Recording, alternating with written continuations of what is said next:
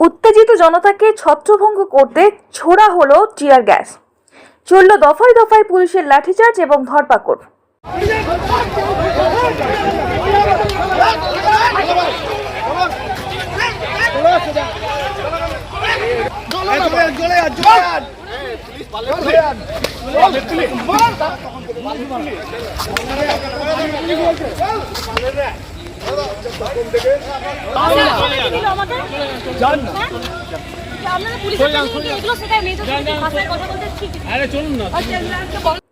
ঘটনাটি ঘটে রবিবার গভীর রাতে দুর্গাপুরের ডিপিএল কলোনির কালমার্কস ভবন সংলগ্ন এলাকায়।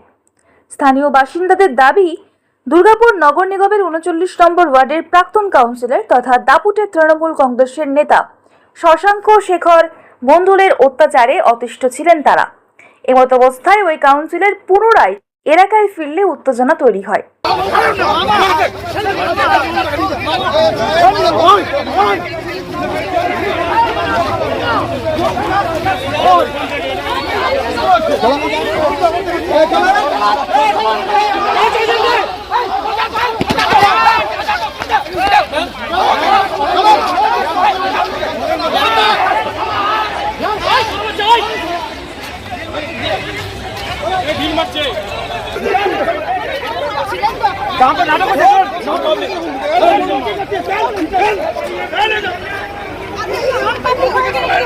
প্রেসের কাজ করুন।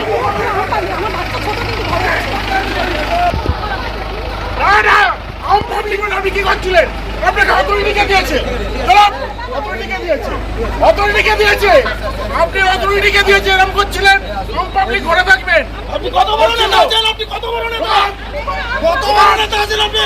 বদমাইশি হচ্ছে, অথরিটিকে দিয়েছে। এই অথরিটি না পারেন না।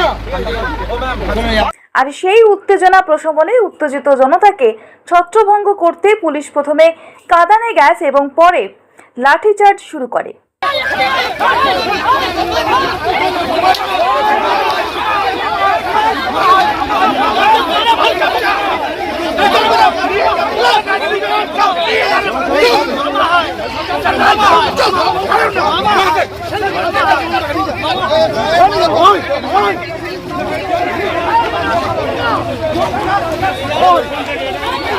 আর যখন সবাই মিলে ওই কাউন্সিলর যে ওকে টানাটানি করছিল সবাই মিলে, এবার যখন আমরা এখান থেকে বেরোতে গেলাম একটা মহিলার গায়ে হাত দিয়েছে। এবার ওকে ছাড়াতে গিয়ে, বয়স্ক মহিলা ছাড়াতে গিয়ে এবার আমাকে এত জোর মারলো, দুটো ডাং মারলো। কে? ওই পুলিশে যারা র্যাপের যে গাড়িগুলো ঢুকেছিল আনখায় মারলো। আনখায় মারার পরে চুপচাপ আমি বেরিয়ে গেলাম। আর তারপরে গ্যাস বম্ব যেগুলো হয় এগুলো ছুটলো, ঠিক আছে। তারপরে একটা মহিলার গায়ে হাত তুললো, ওইকে ছাড়াতে গিয়ে আমাকে মারলো বিনা কারণে। ওই যে এত বড় আমার বাবার কাছ থেকে ৯০,০০০ টাকা নিয়েছে কাউন্সিলর, যে এখন যাকে বার করে দেবে, কত বড় কাউন্সিলর কি জন্য নিয়েছিল যখন নতুন কাউন্সিলর হয়, আমরা তখন ডিএনএ থাকতাম, এখন আমরা চলে গেছি কোকোম্যান থানার পেছনে। তখন ওই টাইমে বাবার কাছে ৯০,০০০ টাকা নিয়ে সুজিতদা দিতে হবে, বাবার নাম সুজিত চক্রবর্তী, ডিপিএলে চাকরি করে, তখন ৯০,০০০ টাকা নিয়েছিল। কেন, কি কারণে নিল? দিতে হবে, না হলে কোয়ার্টারে থাকতে পারবেন না। তখন চকলেট বোম থেকে শুরু করে যত রকম বোম হয়, কালী ফটকা সব মানে ঘরের ভেতরে দুমদাম মারে। আমার বাবা বহুত পোলাইট, আপনি যাকে জিজ্ঞেস করবেন ডিপিএল ইয়েতে, তার প্রতিবাদ করতে গিয়ে লাঠি খেতে হলো। হ্যাঁ, কাউন্সিলরের ভাই এসেছিল রাজা, ঠিক আছে, শশাঙ্ক শেখর মণ্ডল। তো আমাদেরকে যেহেতু মানে প্রচণ্ড অত্যাচারিত, শুধু আমাকে নয় বিভিন্ন মানুষকেই অত্যাচারিত করেছে। কোয়ার্টার, আমাদের ডিপিএলের কোয়ার্টার বিক্রি করেছে, ঠিক আছে, আরও অনেক কয়লা বালি অনেক কিছু ওরা পাচার করেছে, অনেক কিছুই করেছে, ঠিক আছে। তো এই অত্যাচারের জন্য আজকে সবাই এখানে বিক্ষোভ জানতে এসেছিল যে ওই এলাকায় কেন ঢুকেছে, এতদিন কিচ্ছু করা হয়নি। কে ঢুকেছিল? এটা আমাদের কাছে একটা রং ইনফরমেশন এসেছিল যে লক্ষণ ইনফরমেশন এটা পুলিশ দিয়েছিল। কি বলেছিল নাকি যে লক্ষণ গুরুই বলেছে যে এনাদেরকে ঢোকাতে আর এখানে ওদেরকে গার্ড দিতে, ঠিক আছে। তো আমাদের যে মণ্ডলের প্রেসিডেন্ট তেজনারায়ণ পান্ডে উনি বললেন এসে যে না, এরকম কিছু হয়নি, এটা রং ইনফরমেশন এসছে। তো সেটা অ্যাকসেপ্ট করে নিয়েছি আমরা, হতে পারে রং ইনফরমেশন এসছে, সেটা আমিও আগেও অনেক প্রেসে বলেছি, কিন্তু হয়তো এটা আমার ভুল হতে পারে, ঠিক আছে। আমি বিজেপি কর্মী, ঠিক আছে, সাধারণ কর্মী এবং সমাজসেবিকা। আপনারা বিজেপি কর্মীরাই বাড়ি ঘেরাও করেছিলেন আজকে শুধু বিজেপি কর্মী না, গোটা কলোনিবাসী।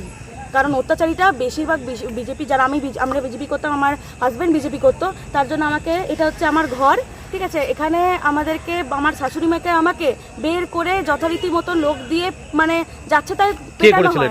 এই শশাঙ্ক শেখর মণ্ডলী কড়াকড়ি শশাঙ্ক শেখর মণ্ডলী কড়াকড়ি ছিল এটা। আজকে আপনাদের কি হলো, ঘটনাটা কি হলো, পুলিশের সাথে কি করলো? ওরা এসেছিল, আমাদের কাছে ইনফরমেশন এসেছে, ওরা এসেছিল। আমাদের একটাই দাবি, ওরা এখানে কলোনিতে কেন ঢুকবে? এতদিন তো অরাজকতা চালিয়েছে টিএমসি আমলে, তো এখন বিজেপির ইয়েতে ওরা কেন করবে? তারপর পুলিশ এলো? তারপরে পুলিশ এলো, ঠিক আছে। পুলিশকে অনেকবার আমরা রিকোয়েস্ট করেছি আমাদেরকে দেখতে দিন ও আছে নাকি।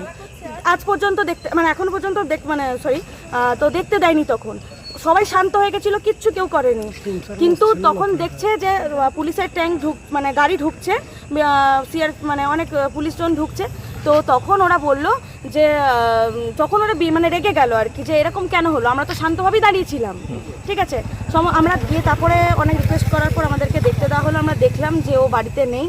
তারপর সবাই শান্ত হয়ে গেছিলো, কিন্তু শেষে মহিলাদের ওপর লাঠিচার্জ করা হলো। আমি শুনলাম যে ওখানে 2টো মহিলার হাত ভেঙেছে, ঠিক আছে, শরীর প্রচণ্ড খারাপ, এবং এখানে কাঁদুনি গ্যাস দেওয়া হয়েছে এবং লাঠিচার্জ করা হয়েছে। এটা কেন করা হয়েছে? আমরা তো সবাই শান্তভাবে দাঁড়িয়েছিলাম। হ্যাঁ, এবার একজন যে ওরকম করেছে, তো বিক্ষোভ তো মানুষ জানাবে, কোনো ব্যাপার না, বিক্ষোভটা তো জানানো স্বাভাবিক, তার সবারই কষ্টের ব্যাপার। কি চাইছেন এখন আপনারা?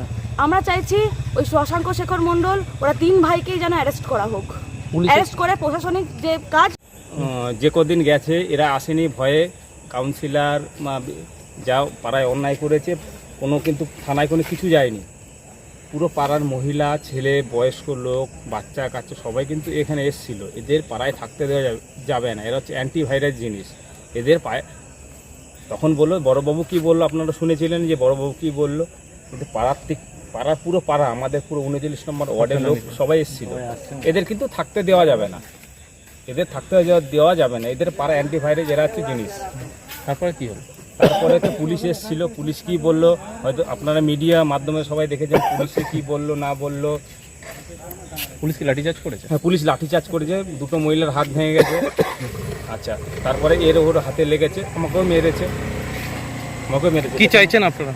আমরা চাইছি যে এরা হচ্ছে এই আমাদের 39 নম্বরে যেন না ঢোকে, ওয়ার্ডে না ঢোকে। শশাঙ্ক শেখর, শিবপ্রসাদ হচ্ছে শিব মণ্ডল, এরা যেন আমাদের ওয়ার্ডে না থাকে, না ঢোকে কোনো। চলো ঢোকাও, উঠে যাও।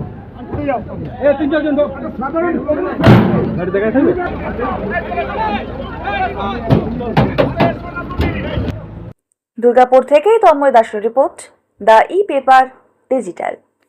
DSMS, a premier management college in Durgapur. Admission open for hotel management, hospital management, tourism management, BBA, BCA and nursing. Excellent training and placement assistance. Join now. DSMS, gateway to success. নতুন বছরে সাফল্যের চাবিকাঠি চান? সেরা জ্যোতিষের শিরোপা Indian icon award 2024 আর gold medal প্রাপ্ত astrologer আর বাস্তু consultant চিন্ময় শাস্ত্রীর কাছে আজই যান। কালার থেরাপি, নামের বানান সংশোধন সহ সঠিক মানে গ্রহরত্ন দিয়ে ভাগ্য পরিবর্তন করুন। কল 9609604638 অথবা visit Bengal Ambuja city centre Durgapur.